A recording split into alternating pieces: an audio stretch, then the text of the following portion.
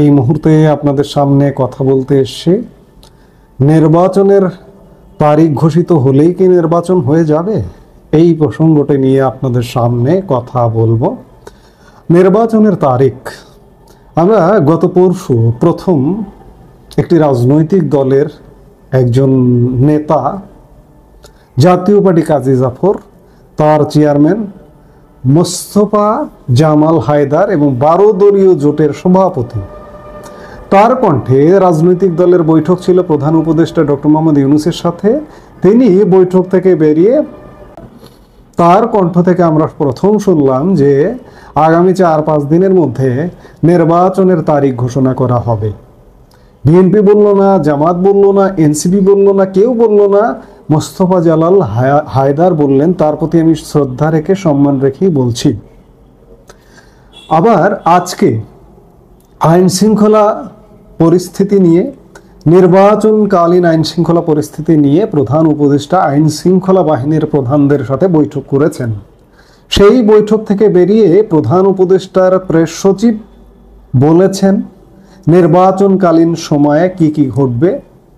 60,000 সেনা সদস্য দায়িত্বে থাকবেন। সেপ্টেম্বর মাস থেকে 1.5 লক্ষ পুলিশকে নির্বাচন উপলক্ষে প্রশিক্ষণ দেওয়া হবে।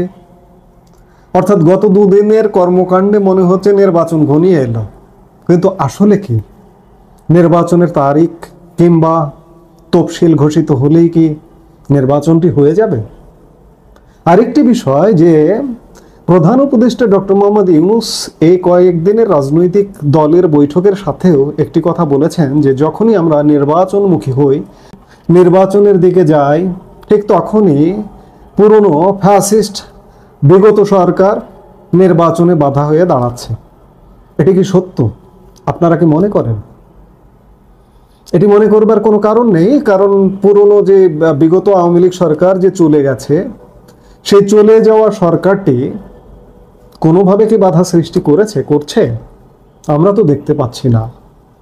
আসলে বাধা তো করছে কারা? সরকারের সাথে অন্ততপক্ষে 2টি গ্রুপ, 2টি রাজনৈতিক দল, তাদের শেকড় যদিও বা একই জায়গা বাঁধা। বিশেষ করে জামাত এবং ছাত্র সমন্বয়কদের দিয়ে সরকারের গঠন করা রাজনৈতিক দল এনসিপি, তারা বরাবর বলছে যে সংস্কার এবং বিচার ছাড়া আমরা নির্বাচনে যাব না। তাহলে প্রধান উপদেষ্টা ডক্টর মোহাম্মদ ইউনূস যে অভিযোগগুলো করছেন যে পুরনো ফ্যাসিস্ট গোষ্ঠী বা বিগত আওয়ামী লীগ সরকার নির্বাচনে বাধার সৃষ্টি করছে, আপনি ডক্টর মোহাম্মদ ইউনূস কিংবা আপনার সরকার তো কার্যক্রমই নিষিদ্ধ করেছে, তারা তো কাজই করতে পারছে না, তারা কিভাবে বাধার সৃষ্টি করবে? সেই জায়গায় আসলে তারা বাধার সৃষ্টি করছে না, বাধার সৃষ্টি করছে আপনার 2 বগলে চেপে থাকা এনসিপি এবং জামাত। এখন প্রশ্ন হচ্ছে যে দেশে একটা টালমাটাল অবস্থা, ভয়ঙ্কর টালমাটাল অবস্থা। আমরা বারবার প্রত্যেকটা ভিডিওতে বলছি, আমরা ইতিবাচক কথা বলা কি ভুলে গিয়েছি? ভুলতে বসেছি। কারণ হচ্ছে কোনো ইতিবাচক ঘটনা নেই, তো বলবোটা কিভাবে? ইতিবাচক ঘটনা যখন নেই, তখন খুব স্বাভাবিকভাবেই নেতিবাচক কথাই বলতে হচ্ছে, কারণ আমাদের নেতিবাচক একটা সিচুয়েশনের মধ্যে আমরা বসবাস করছি। সেই জায়গা থেকে আমরা বারবার নেতিবাচক কথা বলছি।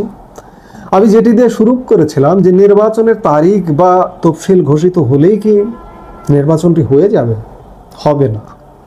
এখন যেটি নাটক চলছে যে দেশে একটা টালমাটাল অবস্থা, এই টালমাটাল অবস্থাটাকে থামাতে অন্ততপক্ষে নির্বাচনের একটা তফসিল ঘোষণা করা বা নির্বাচনের তারিখ, সম্ভাব্য একটা তারিখ ঘোষণা করার একটা পায়তারা চলছে। এবং এই আলোচনাও হচ্ছে যে আগে কি জুলাই সনদ হবে নাকি তার আগে নির্বাচন তারিখ ঘোষিত হবে। কেউ কেউ বলছেন যে আগে জুলাই সনদ করবে, এবং সেটি করতে পারবে কিনা এখনো পর্যন্ত ধোঁয়াশা আছে। ঐকমত্য কমিশনের সহসভাপতি আলী রিয়াজ বলেছেন যে আজকে 28শে জুলাই রাজনৈতিক দলগুলোকে ঐকমত্য কমিশনের পক্ষ থেকে জুলাই সনদের কপি সরবরাহ করা হবে, তারা দেখবে, তারা দেখে বাজ বিচার করে তারপরে সনদ হবে। এরপরে হয়তো নির্বাচনের তারিখ বা তফসিল যেটি হোক না কেন তফসিল ঘোষিত হবে।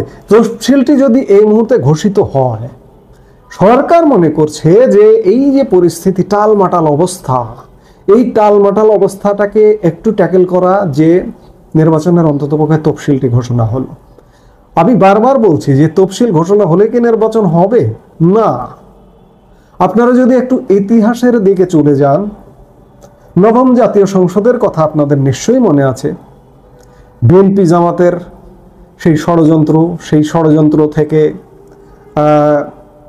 111 সরকারের আগমন, 111 সরকার থেকে ওই নির্বাচনটি, যে নবম জাতীয় সংসদ নির্বাচনটি যে 2008 সালের 29শে ডিসেম্বর অনুষ্ঠিত হয়েছিল, এই নির্বাচনটির জন্য 5 বার তফসিল ঘোষিত হয়েছিল। আমি যদি আপনাদের একটু বিস্তারিত বলি তাহলে নিশ্চয়ই মনে পড়বে। সেই সময় তত্ত্বাবধায়ক সরকার নিয়ে যখন জটিলতা দেখা দিল, তখন লাস্ট অপশন হিসেবে সেই সময়ের প্রধান উপদেষ্টা এবং একই সাথে রাষ্ট্রপতি যিনি ইয়াজউদ্দিন আহমেদ ছিলেন, তিনি দায়িত্ব নিলেন একই সাথে রাষ্ট্রপতির পাশাপাশি প্রধান উপদেষ্টার।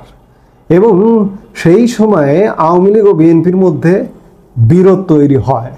রাজনৈতিক অস্থিরতার মধ্যে 2006 সালের 27শে নভেম্বর নির্বাচনী তফসিল ঘোষণা করে নির্বাচন কমিশন।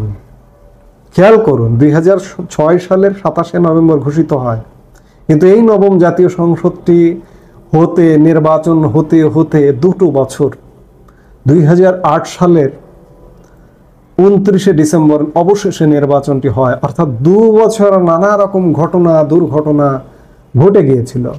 2006 সালের 27শে নভেম্বর যে তফসিলটি ঘোষিত হয়েছিল, ভোট গ্রহণের তারিখ তাতে ছিল 2007 সালের 21শে জানুয়ারি। এরপরে নানা দুর্ঘটনা ঘটে। 111-এর মঈনুদ্দিন ফখরুদ্দিনের তত্ত্বাবধায়ক সরকার আসে, মঈনুদ্দিন অর্থাৎ সেনা সমর্থিত তত্ত্বাবধায়ক সরকার আসে। এরপরে ফখরুদ্দিন সরকার আসার পরেও কয়েক ধাপে, অর্থাৎ টোটাল 5 বার তফসিল ঘোষিত হয়েছিল। আজকে যদি আপনি আজকের সময়টা যদি চিন্তা করেন, 2006 থেকে 8 সালের চেয়ে আজকের পরিস্থিতি কিন্তু অনেকটা ভয়াবহ। 2006 ওই সময়ের যে বিএনপি জামাত ক্ষমতায় ছিল, তারা দেশে ছিল, তারা রাজনীতি করতে পেরেছে। আওয়ামী লীগ ছিল, অন্যান্য দল ছিল, সব দল মিলে তখন কিন্তু রাজনীতি করবার একটা নানা রকম বাধা এসেছিল। মঈনুদ্দিন ফখরুদ্দিন সরকার সংস্কারের ব্যবস্থা করেছিল, সংস্কার করতে চেয়েছিল, -2 ফর্মুলা নিয়েছিল, অনেক কিছু নিয়েছিল, কিন্তু অন্ততপক্ষে রাজনৈতিক দলগুলো দেশে ছিল, নেতারা দেশে ছিল, রাজনৈতিক কর্মকাণ্ড ছিল, কেউ কেউ জেলে ছিল, কিন্তু তখন একটা রাজনীতি ছিল। কিন্তু এখন কি আছে? এখন তো তার থেকে যোজন যোজন দূরের ভয়াবহ পরিস্থিতি। প্রধান বড় দল নির্বাচনে আওয়ামী লীগ, আছে বিএনপি, আর অন্যান্য যে রাজনৈতিক দল তারা আছে। প্রধান বড় দল আওয়ামী লীগকে বাদ দিয়ে কি একটা নির্বাচন হয়ে যাবে? আপনি কি মনে করেন? অসম্ভব। অর্থাৎ আমি যেটি বলতে চাইছি যে নির্বাচনে এই যে এখনকার যে যুদ্ধ অবস্থা, একটা যুদ্ধ খেলা চলছে দেশে, এই যুদ্ধ খেলাটা থামানোর জন্য সরকার চাইছে একটা নির্বাচনের তারিখ বা একটা নির্বাচনের তফসিল ঘোষণা করতে। ভাবছে তফসিল ঘোষণাটা করলে ঠান্ডা হয়ে যাবে, কিন্তু না, ঠান্ডা হবে না। পরিস্থিতি আরো জটিল হবে, জটিল থেকে জটিলতর হবে। এবং এবার ত্রয়োদশ জাতীয় সংসদ নির্বাচনের তফসিল ঘোষণা কটি করতে হয় সে ব্যাপারে আমাদের কাউন্ট করতে হবে। এবং আগামী দিনে কটি সরকার আসে নির্বাচনের আগ পর্যন্ত, সেই সরকারগুলো হয়তো কাউন্ট করতে হবে। দেশের পরিস্থিতি কিন্তু সেদিকেই যাচ্ছে। কাজেই এটি ভাববার কোনো কারণ নেই যে নির্বাচনের তারিখ ঘোষণা হলো কিংবা নির্বাচনের তফসিল ঘোষিত হলো আর নির্বাচন হয়ে গেল।